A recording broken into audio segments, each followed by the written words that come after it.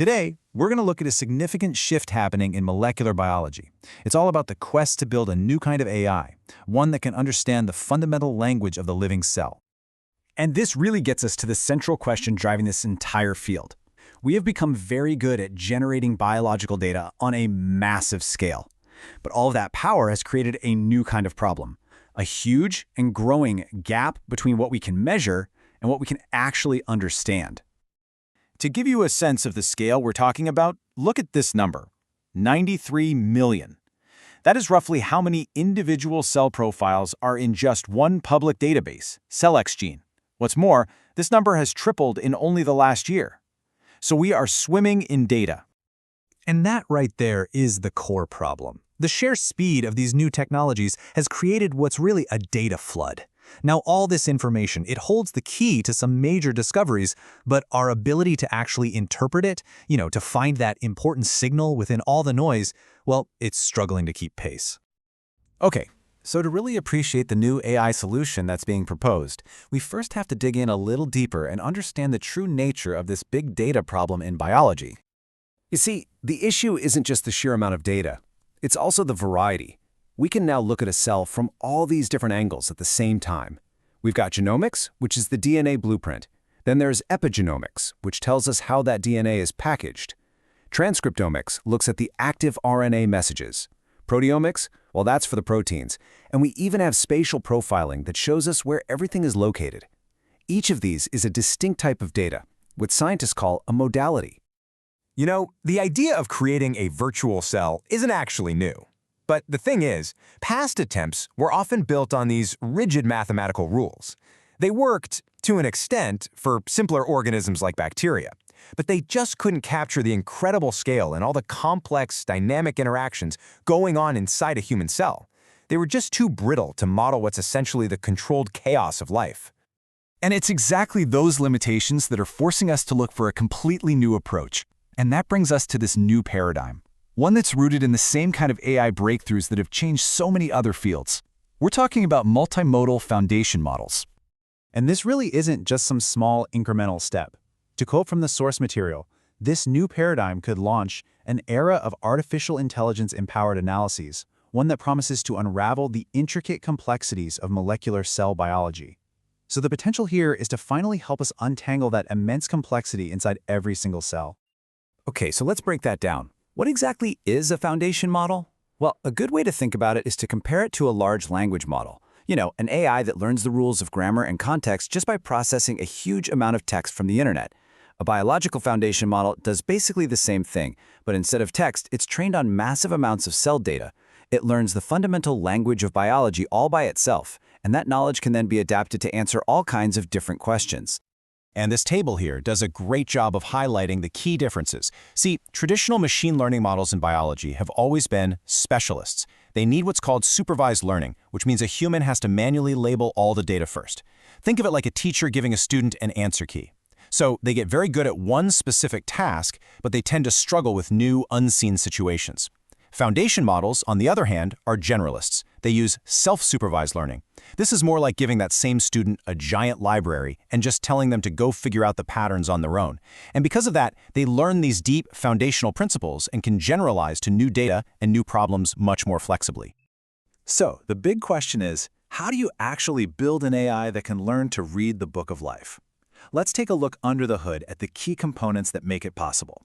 The whole architecture is built on the same kind of powerful transformer models that you see in many of today's biggest AI systems. And it really centers on three core ideas: unified tokenization, hybrid multi-level attention, and that self-supervised training we just mentioned. So let's quickly break each of those down. All right, first up is tokenization. To make any sense of all this varied data, you need a common language. And that's what unified tokenization does. It's the process of converting all those different data types we looked at before, a DNA sequence, a gene expression level, a protein measurement, into a single standardized mathematical format. They call this a token. And this is a crucial first step, because it's what allows the model to process and compare information from all these different sources at once. Okay, next up is the attention mechanism. This is what lets the model figure out what's important. It learns to weigh different pieces of information to identify the most critical relationships. And the hybrid multi-level part just means it learns to do this at different scales. It can learn relationships within a single data type, like how certain genes coordinate with each other, and also between different data types, like how a specific gene's activity might influence a certain protein. Now, the potential here goes way beyond just better analysis. This could fundamentally change how science itself gets done. You know, traditionally, science is very hypothesis-driven and siloed into specific disciplines. A cancer biologist studies cancer, but this new data-centric approach is inherently transdisciplinary. The model learns the shared rules of biology by looking at data from many different contexts all at once. So, for example, that cancer biologist might suddenly get a critical insight about tumor growth from a pattern the AI found in data from developing nerve cells, a connection a human might never have even thought to look for.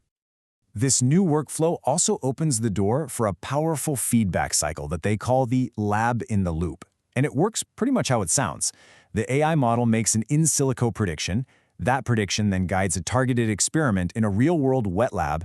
The results from that experiment are then fed back into the model to update it and make it smarter. And then, the improved model proposes the next round of experiments. It's this continuous cycle of discovery that just keeps accelerating. So now that we have a feel for how these models work, let's get into what they could actually do. We're going to look at some of the potential applications that have researchers so hopeful. First off, we have characterizing tissue heterogeneity. So instead of just lumping cells into these rigid, discrete categories, these models can map them along a continuous spectrum of states. This gives us a much more nuanced and realistic view of the subtle differences between healthy and diseased tissue.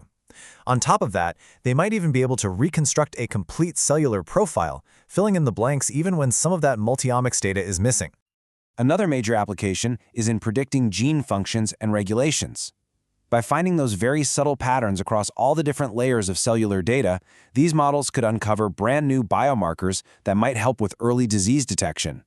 They could also help us reconstruct these detailed, context-specific gene regulatory networks. Basically, the wiring diagrams that show how genes are controlled in a particular cell at a particular time.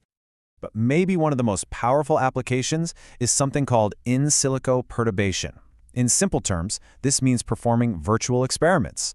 The model could predict what happens to a cell if you, say, knock out a gene or introduce a potential drug.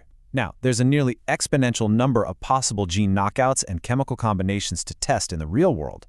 Being able to simulate these experiments inside a computer first could radically accelerate our discovery of new treatments. Okay, so for all this potential, it's also important to be realistic about the road ahead. Building and using these models responsibly is not simple. It comes with some very real technical and logistical challenges. There are really 4 key hurdles to think about. The first one is data and computing. These models are incredibly hungry for both massive paired data sets and a huge amount of computational power. Second is rigorous evaluation. We need to come up with new, objective metrics to figure out how well these models are actually working, beyond our current benchmarks. Third is the classic AI problem: interpretability and hallucination. We have to be able to understand why a model makes a certain prediction, and we have to make sure its outputs are factually grounded. And finally, there's open science and ethics. This is all about ensuring public access, protecting data privacy, and making sure the benefits of this technology are shared equitably. And overcoming these challenges isn't going to be the work of any one group. It's going to require a serious collaborative effort among biologists, data scientists, and ethicists. You need the biologists in the lab generating the high-quality data, the data scientists building and refining the models, and the ethicists helping to guide the whole process responsibly. Which brings us to our final question. The ultimate goal here isn't just about building a better predictive tool.